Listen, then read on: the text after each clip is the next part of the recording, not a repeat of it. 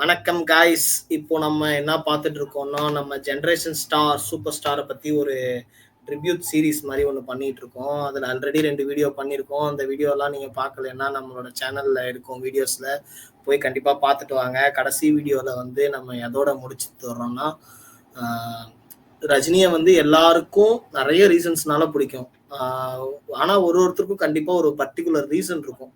இதனால தான் பிடிக்கும், இதனால தான் பிடிக்கும்ன்றதை தாண்டி ரஜினிகிட்ட எனக்கு இது ரொம்ப பிடிக்கும்.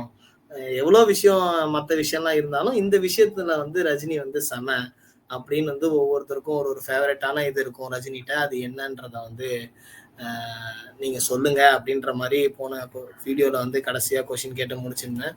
ஸோ அதோட இந்த வீடியோ ஸ்டார்ட் பண்ணிடலாம். சொல்டா பாலாஜி, உனக்கு ரஜினிகிட்ட என்ன ரொம்ப பிடிக்கும்? எதனால ரஜினி உனக்கு ரொம்ப பிடிக்கும்? ஃபார் எக்ஸாம்பிள் ஸ்டைல், இல்லை ஆக்டிங், அந்த மாதிரி எது வேணாலும் சொல்லலாம். சொல்டா பாலாஜி. கண்டிப்பா முக்கியமா ரஜினியை பிடிச்சதுக்கான காரணம் அவரோட வாக் அப்படின்னா நான் கண்டிப்பா சொல்லுவேன். அவரோட வாக்கு இன்ன வரைக்கும் இண்டஸ்ட்ரியில யாராலையும் அந்த நடைய யாராலையும் பண்ண முடியாது. அதுக்காகவே அவர் ரொம்ப பிடிக்கும். ஆஸ்திரியன் ஆகட்டும் ரெண்டுத்துலயுமே அவர் மாறாத ஒரு சிறப்பான ஆளா அந்த ஒரு வாக்குலயே பல கோடி மக்களை கவர்ந்துட்டாருன்னா கண்டிப்பா சொல்லணும். இன்டில் டேட் வரைக்கும் அந்த வாக்கு இருக்கு.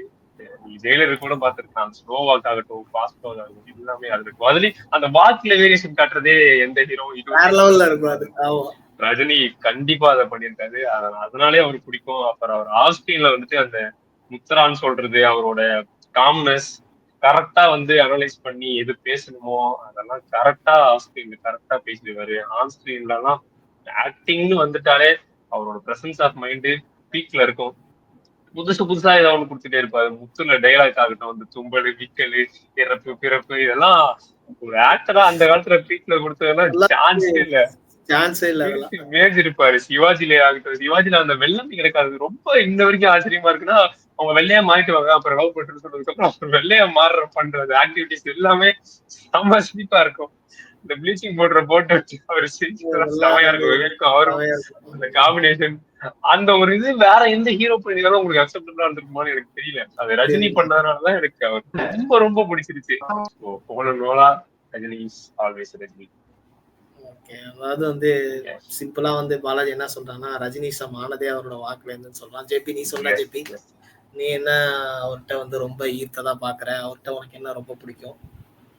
ப்ரோ, பேசிக்கா ரஜினிகிட்ட பிடிச்சது அதான் ஃபர்ஸ்டே சொல்லியிருந்த மாதிரி அந்த சென்ஸ் ஆஃப் ஹியூமர் பிடிக்கும், ரொம்ப பிடிக்கும் எனக்கு.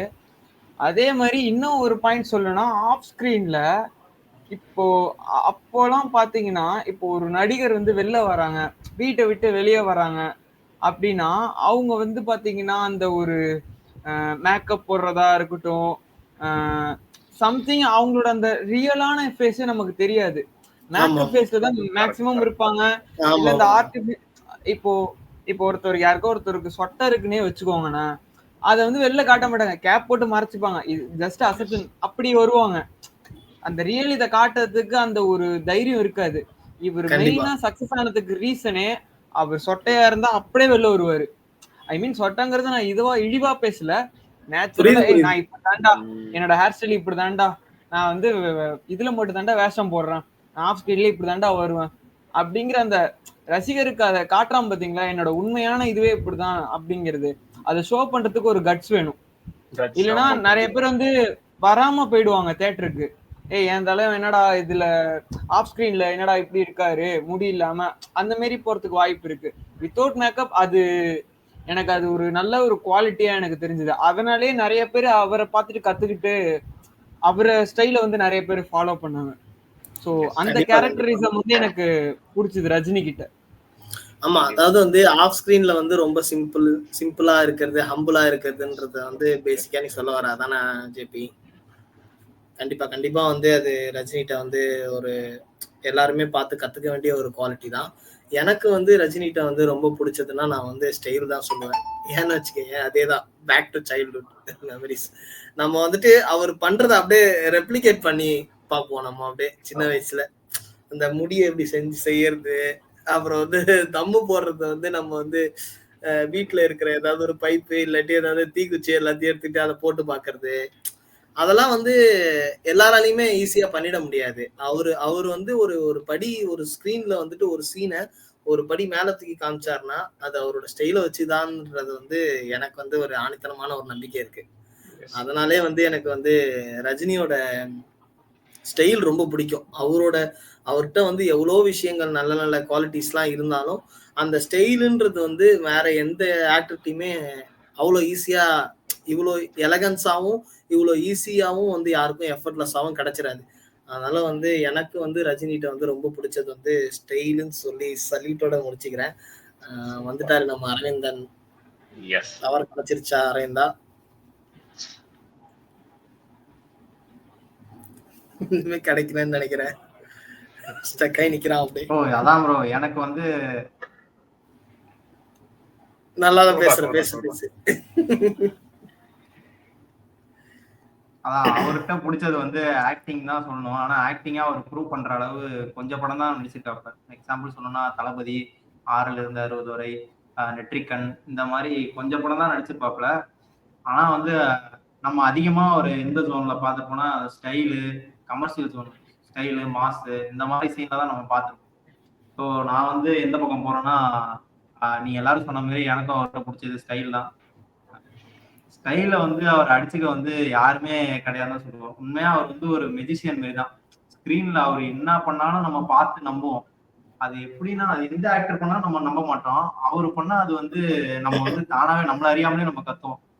இப்போ எக்ஸாம்பிள் பாத்தீங்கன்னா ஜெயிலர் படத்திலே சொல்றேன். அந்த ட்ரக் சீனை வந்து எடுத்துப்போம். ட்ரக் சீன் படத்துல எல்லா சீன்லயும் அது வரும். அந்த ட்ரக் சீன்ல பாத்தீங்கன்னா அந்த ட்ரக் வந்து கஷ்டப்பட்டு அதை உள்ள வச்சு ஏதோ பண்றாங்க. ஆனா தலைவர் வந்து அப்படி அசால்ட்டா அந்த கண்ணாடி அந்த சீன் நம்ம வந்து அசால்ட்டா இருக்கும். அது அப்படியே பாக்க அந்த படத்திலே சொல்லணும்னா அந்த ஒரு கண்ணாடி தான், அந்த ஒரு கண்ணாடியை வச்சு படத்தை வந்து ஃபுல்லா கூஸ் பம்ப் ஆக்கிருப்பாங்க.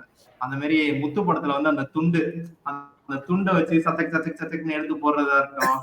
அதேதான் நான் சொன்னதும் அரைந்தும் அதேதான் சொல்லியிருக்கான். ஸ்டைல் தான் வந்து ரஜினிகிட்ட வந்து ரொம்ப பிடிக்கும்னு அவன் சொல்ற மாதிரியே எல்லா சீன்ஸுமே வந்து எல்லாம் நம்ம சின்ன வயசுல பண்ணி பார்த்ததுதான். ஒரு தடவை சொன்னா அந்த ஒரு தடவை சொல்ற மாதிரி இந்த டைலாக் இன்னும் ஆமா, அந்த டயலாக் ஒண்ணுனாலும் அதை சொல்றதுக்கு ஒரு ஸ்டைல் வருது பாருங்க. ஒரு தடவை சொன்னா அடி கை அப்படி சுத்தி இப்படி பண்ணுவாரு, டிஃபரன்ஸ் காட்டுவாரு. அந்த படி இறங்குற போது வேற மாதிரி நடந்து வருவாரு, ரோட்ல சாதாரண செய்யறவங்க வேற மாதிரி நடந்து வருவாரு. இதெல்லாம் வந்து சின்ன சின்ன டிஃபரன்ஸ் இருக்கும். ஒரே மாதிரி ஸ்டைல் பண்றாரு அப்படின்னு நிறைய பேர் அசால்ட்டா சொல்றாங்க. ஆனா வந்து எல்லாருனாலும் அதை பண்ண முடியாது. சும்மா நடந்து வந்தாலே ரசிக்கிறது வந்து சாதாரண விஷயம் கிடையாது. அதை வந்து இப்போ வரைக்கும் சூப்பரா பண்ணிட்டு இருக்காரு. ஓகே அதோட நம்ம ரஜினியோட பர்சனலா ரஜினிகிட்ட என்ன பிடிக்கும்ன்றத வந்து நம்ம பத்தி பேசிட்டோம். அடுத்ததான் வந்து எந்த டைரக்டர் வந்து ரஜினி 100% யூஸ் பண்ணியிருக்காங்கன்னு நீங்க நினைக்கிறீங்கன்றத வந்து எங்களுக்கு வந்து கமெண்ட்ல சொல்லுங்க. நம்ம அப்படியே அடுத்தடுத்து கொஷின்ஸ் எல்லாம் எல்லாமே டீப்பா பார்ப்போம் என்னன்னு.